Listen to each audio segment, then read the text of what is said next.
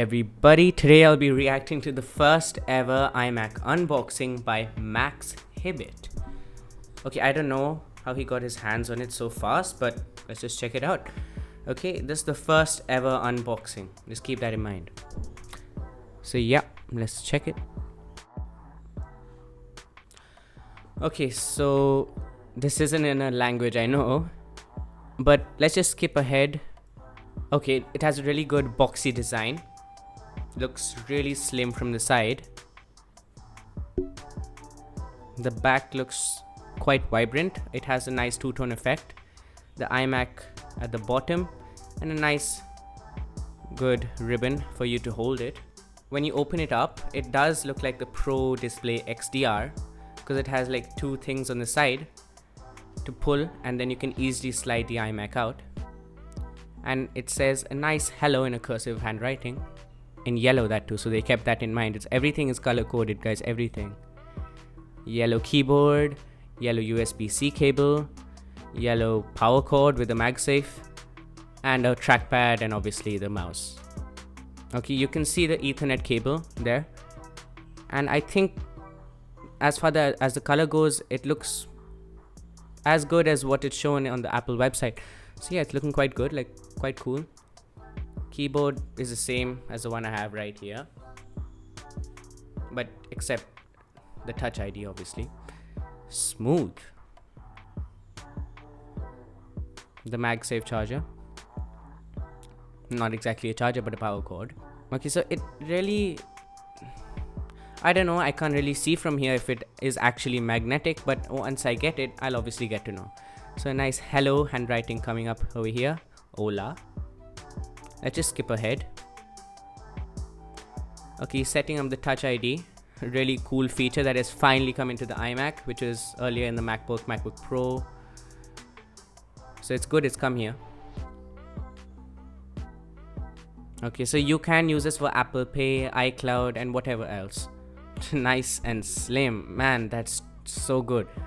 My iMac's like this thick, but if you see it from the side, it's this thin, but it tapers down from like being this thick to somewhere here.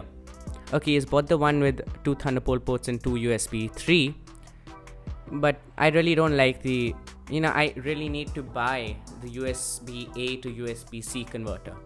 But yeah, new technology, new stuff you need to buy. Hinge, I think it looks quite smooth, somewhat like the Pro XDR display, but is missing another hinge that actually connects to it. Okay, the Apple logo does look good, but I really don't understand what he's saying here. Yeah, the white bezels, I mean, if you see it like this, it looks fine, but when you have those black bars like you have in a cinema, when you're seeing a film that is not exactly in 16:9 aspect ratio, I don't know, maybe it'll look a little weird. We'll see it in the shop. He's talking about the USB-C cable. Everything is color coded. It does have a different look. I mean, the charger, it's like kind of thick in the current iMac 21.5 or 27 inch, but over here it has like a little dot in between. Let's skip ahead a little bit. Okay, what's that? Okay, so they have changed. I mean, if you see the current iMac, they have like SD card slots under the iMac for the air to come out, but over here they've made a grill system.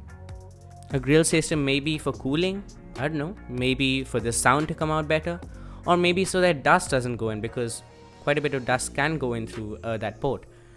Like if you see over here, these black bars, like if you see it like this, maybe it's fine, maybe it's not, but I mean, you just have to see it. And is showing over here, it's in Dolby Vision and Dolby Atmos. Okay, I really can't get to know if this sound is good or not, but according to Apple, obviously the sound is great. Yeah, these are the black bars I was talking about. Looks like he's seeing Interstellar.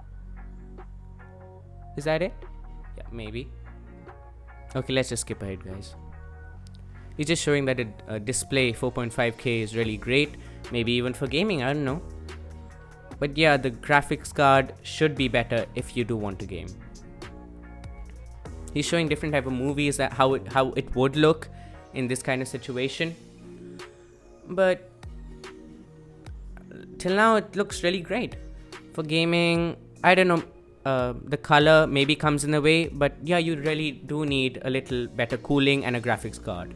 Okay, from here it looks really nice and slim. Wait a second, I think if you can see from here, his reflection is at the bottom. So this is one whole pane of glass that runs from the top to the bottom. Okay, yeah, so it's just one pane of glass. So in the current iMacs, there's like an aluminium part and they cut the glass where the screen ends. But over here, the glass runs through the pane till the yellow section ends. Okay, moving on. Okay, finally we can get to know how good the camera is on the M1 iMac. Apple claims it to be really great at 1080p instead of the current 720p. But I just feel it's maybe a little flat. I could be wrong, but it's definitely better than the MacBook Air, the 2021. It's definitely better. Maybe because it's a desktop, maybe because the camera is bigger, but let's just skip ahead, guys. Okay, I think he's talking about the Touch ID right now, but I really don't understand what he's saying. And maybe he's trying to show how fast it is, which should be fast according to Apple. I'm trying to read the description, guys, and the subtitles, but it's really not working. Okay, so this is how you set up the Touch ID. You can set up to multiple Touch IDs for different users, but I'm just going to be one user, so I'll just need one.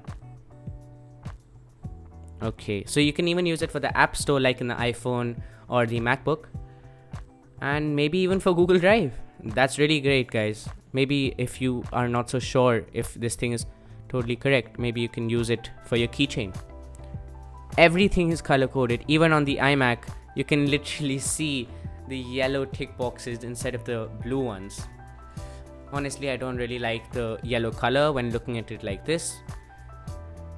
Ooh, nice. So it can change, if you put your Touch ID, it can change from one user to another, and I think it's fairly quick. It uses like a cube transition to shift.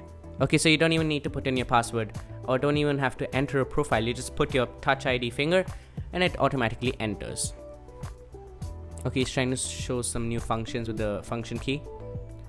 And is all yeah, actually Apple did say that they are including other games, other apps, and he's trying to show what apps are available, such as Among Us, which is not available on the 21.5-inch iMac. Asphalt 8, yep. He's trying to show the iOS apps using Sidecar. Yeah, it has 4 USB Type-Cs, out of which 2 are Thunderbolt. So you can actually use some external displays with this, but I like to keep mine as a one display setup.